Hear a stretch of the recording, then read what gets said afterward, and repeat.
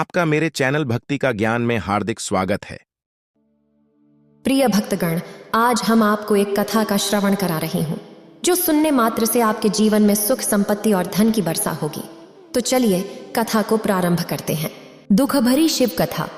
जब राजकुमारी ने अंधे से क्यों रचाई शादी, तो चलिए कथा के माध्यम से जानते हैं। प्रेम से बोलिए शंकर भगवान की जय। हर हर महादेव। देवों के देव महादेव जी के चरणों में प्रणाम करती हूँ। सभी गुरु भाई बहनों के चरणों में प्रणाम करती हूँ। धरती माता के चरणों में प्रणाम करती हूँ। कृपया मेरा प्रणाम स्वीकार करें। गुरु भाई बहनों, मैं एक कथा सुनाने जा रही हूँ। इस कथा को पूरा सुनिए और रहस्य जानिए। अधूरी कथा सुनने से शिव गुरु का अपमान होता है। पूरी कथा सुनने से ज्ञान प्राप्त होता है। इसलिए कथा को पूरा सुनिए और रहस्य जानिए।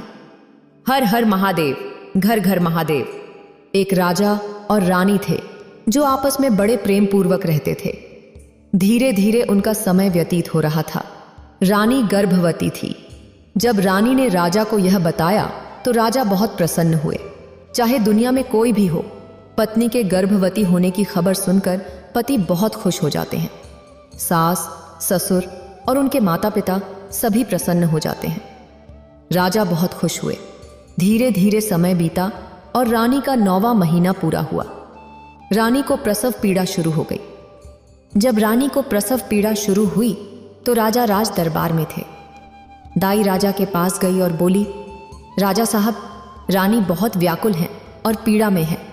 लगता है कि बच्चा जन्म लेने वाला है। राजा ने मंत्री को भेजा और कहा, मंत्री साहब, दाई को बुला लीजिए। हम राज दरबार छोड़कर कैसे जा सकते हैं? पत्नी तो एक है, लेकिन यहाँ राज दरबार में बहुत से दुखियारी हैं। मंत्री जी गए। दाई को बुलाने और दाई को आने में समय लग गया और रानी दर्द से व्याकुल थी। बच्चे का जन्म हुआ। कन्या के जन्म देते ही रानी की मृत्यु हो जाती है। राजा को पता चला कि उनकी प्रिय पत्नी, जीवन संगिनी इस संसार को छोड़कर चली गई है। यह सुनकर राजा बहुत दुखी हो गए और रोने लगे। सब लोग कहने लगे कि रोने से कुछ नहीं होगा। रानी की उम्र इतनी ही थी। उन्होंने एक निशानी छोड़ दी है, उसे संभालिए और अच्छे से पालिए। राजा ने बच्ची को गोद में लिया और थोड़ी हिम्मत जुटाई। जब रानी का अंतिम संस्कार हो गया तो सब लोग कहने लगे कि राजा साहब, दूसरा विवाह कर लीजिए। राजा ने सोचा कि सब सही कह रहे हैं और दूसरा विवाह कर लिया। नई रानी को लाए हुए सिर्फ 1 महीना हुआ था कि दूसरी रानी का निधन हो गया। राजा ने फिर से शादी कर ली। नई रानी आ गई और बच्ची की देखभाल करने लगी। धीरे धीरे दूसरे तीसरे महीने में रानी गर्भवती हो गई। तो रानी राजा से कहती है, राजा साहब, ये आपकी बेटी है, इसे आप गोद में खिलाएं। हम नहीं खिला सकते क्योंकि हम गर्भवती हैं। ये बच्चा 5 किलो का है और अगर हम 5 किलो वजन उठाएंगे तो हमारे बच्चे को तकलीफ हो जाएगी। राजा ने उसकी देखभाल के लिए एक दाई रख ली और उसे तनख्वाह देने लगे। दाई बच्ची को दूध पिलाती, तेल लगाती और उसकी सेवा करती थी। राज दरबार में नौकरानी होने के कारण बच्ची को अकेला नहीं छोड़ सकती थी, इसलिए वह अपने घर के भी काम नहीं कर पाती थी। धीरे धीरे समय बीता। राजा की नई रानी से भी एक कन्या का जन्म हुआ, जिससे राजा की 2 बेटियां हो गईं। दोनों बेटियां अपने माता पिता के स्नेह में बड़ी होने लगीं। राजा दोनों को बहुत प्यार करते थे। राजा एक पैकेट बिस्कुट लाते थे तो 4-4 बिस्कुट दोनों को बांट देते थे। यह सब देखकर रानी को अच्छा नहीं लगता था। रानी सौतेली बेटी से, यानी राजा की पहली रानी की बेटी से जलन महसूस करती थी और उसे परेशान करती थी। धीरे धीरे राजा की बड़ी बेटी भगवान शिव की भक्त बन गई। लोग कहते थे कि सौतेली माँ उसे बहुत दुख देती थी, भोजन भी नहीं देती थी। वह किसी के दरवाजे पर चली जाती थी और कोई भी एक रोटी दे दिया करते थे। वो बच्ची खाने के लिए तरसती थी। एक दिन किसी के घर में चर्चा हो रही थी। वो कन्या, जो राजा की बड़ी बेटी थी, शिव चर्चा में जाकर बैठ गई। जब चर्चा में बैठी तो वहां खीर और पुड़ी बंट रही थी। मिश्री और बेदाम भी प्रसाद में बंट रहे थे। खीर पुड़ी के लालच में वो बच्ची बहुत देर तक बैठी रही, जब तक चर्चा संपन्न नहीं हुआ। चर्चा संपन्न होने के बाद प्रसाद बंटने लगी। खीर पुड़ी मिली, जिसे खाकर वो बच्ची कुछ लोगों से कहने लगी, भाई, चाची, भाभी, क्या आप लोग जहाँ बैठते हैं वहाँ खीर पुड़ी हर जगह बंटती है? सब लोग हंसने लगे और बोले, अरे बाप रे बाप, ये राजा की बेटी है। आखिर एक दिन इसे मिला है तो कितना खुश हो रही है। हाँ हाँ, बंटता है तो हमें भी आप लोग साथ में रखिए ना। सब लोग कहने लगे, बाप रे, राजा की बेटी हो, राजा साहब हमें राज से निकाल देंगे, हम नहीं रखेंगे। शिव चर्चा में तो नहीं, आप लोग चर्चा करिएगा, हम भी आएंगे, हमारा नाम भी घोषणा कर दीजिए। एक भाई बहन सब मिलकर घोषणा कर दिए और उनका नाम दर्ज हो गया राजा की बड़ी बेटी। अब वो क्या करती है कि प्रतिदिन भगवान भोलेनाथ के शरण में जाने लगी और पूजा पाठ करने लगी। 3 सूत्रों का पालन भी करने लगी और दूसरों को भी बताने लगी। धीरे धीरे वो बड़ी हो गई, 10 से 12 साल की हो गई। जब भी वो पूजा करने के लिए बैठती थी तो राजा की दूसरी बेटी, जो छोटी बेटी थी और दूसरी पत्नी की बेटी थी, पूजा के थाल में से इसका प्रसाद चुराकर खा जाती थी और थाली में गोबर डाल दिया करती थी। जब भी वह आंखें बंद करके भगवान का ध्यान करती थी तो प्रसाद चढ़ाया हुआ आ जाता था। राजा की छोटी बेटी गाय का गोबर उसमें डाल देती थी, कभी कभी चूल्हे की राख भी डाल देती थी और कभी मिट्टी डाल देती थी। जब वह खाने के लिए बैठती थी तो उसे यह सब पता चलता था। भोजन उससे छीन लिया जाता था और उसे झूठा बासी भोजन दे दिया जाता था। माँ और बेटी मिलकर उस पर सौतेली माँ का कहर बरपाती थी। जैसे सौतेली माँ बर्ताव करती है वैसे ही सौतेली बहन भी करती थी। भाई बहन जब आंखें खोलते थे तो देखते थे कि हे भगवान, हमें क्या प्रसाद मिलेगा। जब भी हम भोग लगाते हैं तो हमारे थाल में प्रसाद नहीं रहता है। ऐसा क्यों होता है? गाय का गोबर क्यों रहता है? चूल्हे की राख क्यों रहती है? ये मिट्टी क्यों रहती है? मन में वो संकोच करती रहती थी। धीरे धीरे साल बीतते गए। उसके माँ बहन उसे दुख देते थे। जब भी वो चर्चा में जाने लगती थी, सौतेली माँ उसे बहुत गालियाँ देती थी। बेचारी किसी तरह से सहन कर लेती थी और घर के काम भी करती थी। उसे बहुत दुख मिला। सौतेली माँ ने उसे बहुत दुख दिया। धीरे धीरे वो बड़ी हो गई, 16 साल की हो गई। राजा ने रानी से कहा कि मेरी बेटी बड़ी हो गई है, अब उसका विवाह करना है। सौतेली माँ ने कहा कि विवाह तो ज़रूर करिएगा, लेकिन मेरी बात भी सुन लीजिए। उसे अंधे लूले लंगड़े से विवाह कराइए, नहीं तो ये नाम हंसाएगी। राजघराने की बेटी है, कुलछनी है, समझते हैं इस बात को? पता नहीं ये कहाँ जाती है, किस गली में घूमती है। रोज़ कहती है स्नान करके खाएंगे, पूजा करेंगे। किसकी पूजा करती है क्या पता, कोने में बैठकर हाथ जोड़कर बुदबुदाती है। लगता है कि डायन जोग करती है। सब लोग कहते हैं कि ऐसे कैसे हो सकता है। राजा भी बोलते हैं कैसे हो सकता है, मंत्री भी बोलते हैं ऐसे कैसे हो सकता है। अंधे लूले लंगड़े से विवाह कैसे कर सकते हैं? सौतेली माँ ने कहा कि अगर ऐसा नहीं करेंगे तो राज्य में हस्सी हो जाएगा और ये रह नहीं पाएगी। गरीब घराने में अंधा लंगड़ा इसे रख लेगा, लेकिन राजघराने में इसका पालन नहीं हो पाएगा। जब राजा ने ये बात सुनी तो उन्होंने ब्राह्मण से कहा कि मेरी बड़ी बेटी के लिए अंधे लंगड़े जैसा लड़का खोज लीजिए। ब्राह्मण चल दिए वह ढूंढने के लिए। कई नगरों में ढूंढते ढूंढते रामपुर नगरी में एक राजा थे। रामपुर नगर में चंद्रभानु राजा रहते थे। उनके घर में एक नौकरानी थी जिसका एक बेटा था। बेटा दोनों आंखों से अंधा था। नौकरानी राजा के घर काम करने जाती थी और अपने बेटे को दरवाजे पर बैठा देती थी।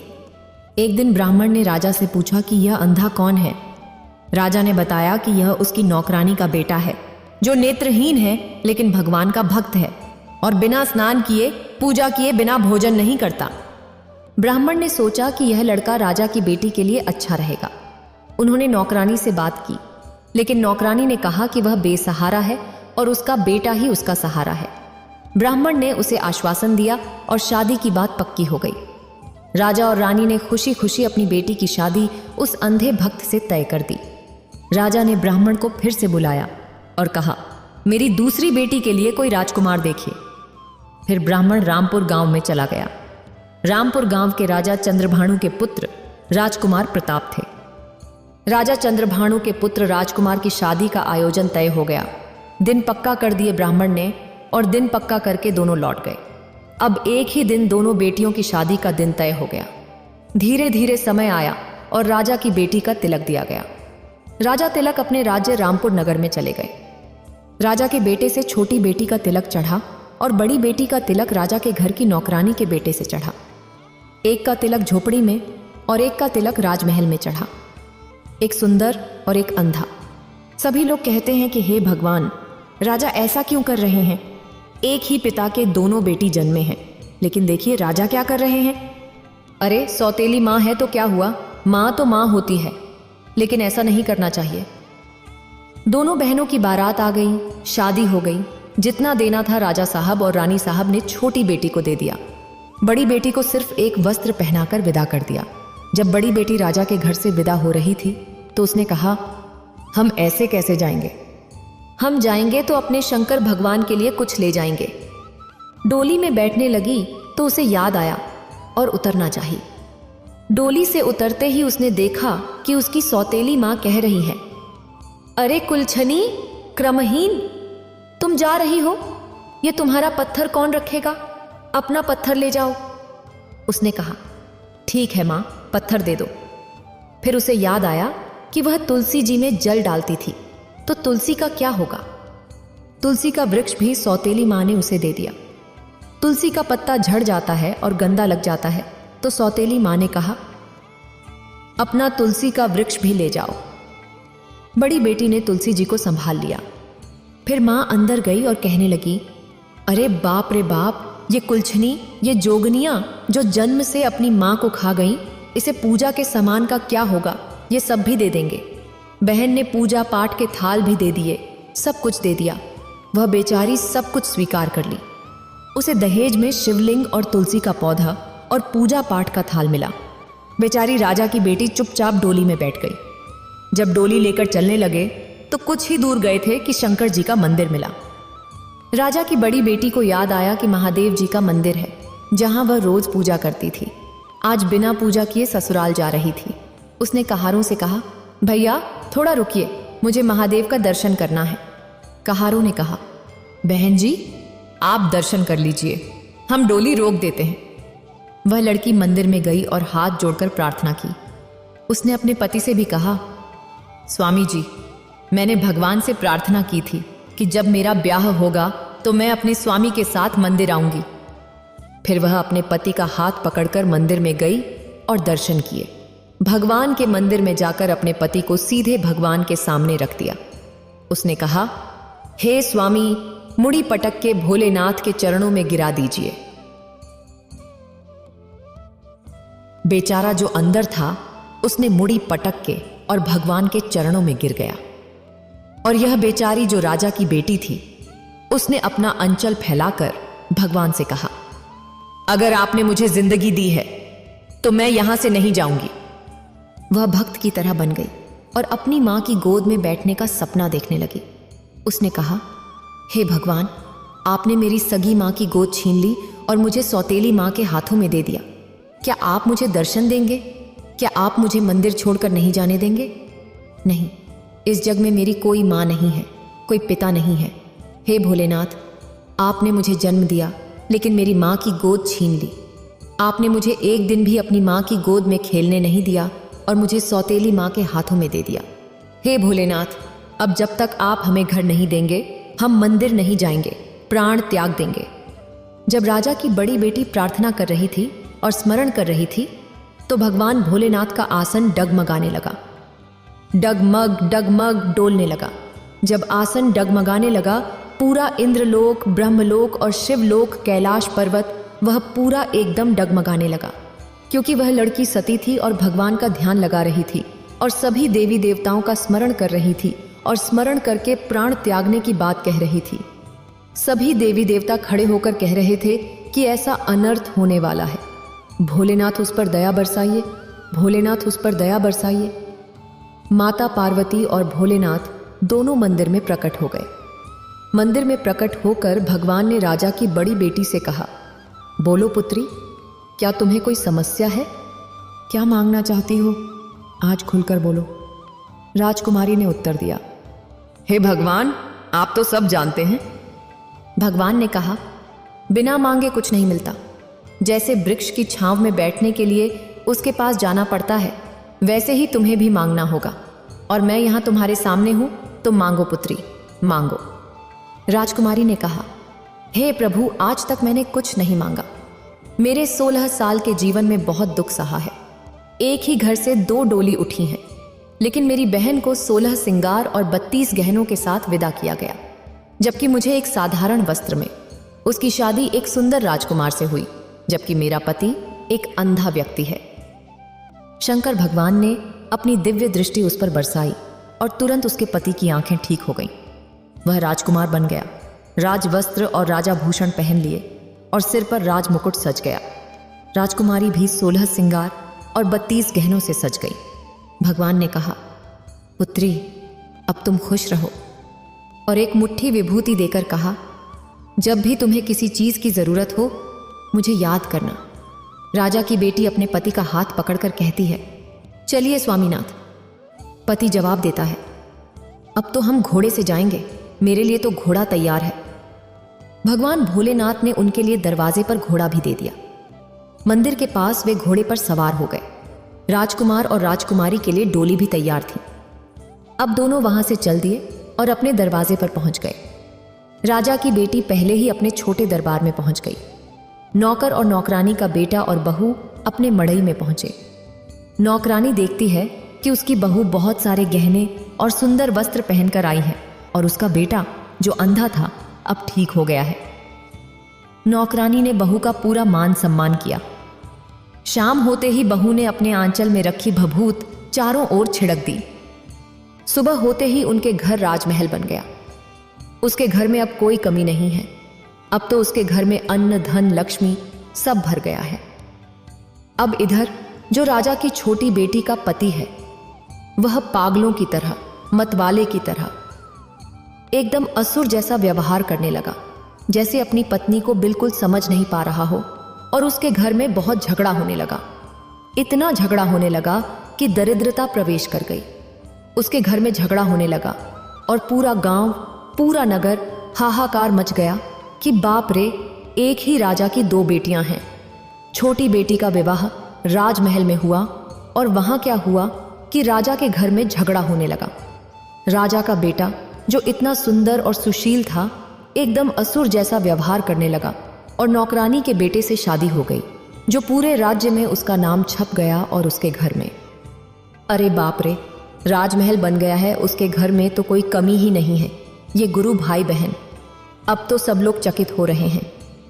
5 दिन 10 दिन बीते, तब राजा साहब अपनी बेटी को विदा कराने के लिए पग फेरा लेने गए तो बड़ी बेटी के लिए माँ ने गोबर के लड्डू बना बनाकर मोटरी में भर दिए थे और छोटी बेटी के लिए पूरा साज सामान, कपड़े, सब कुछ भर दिए थे।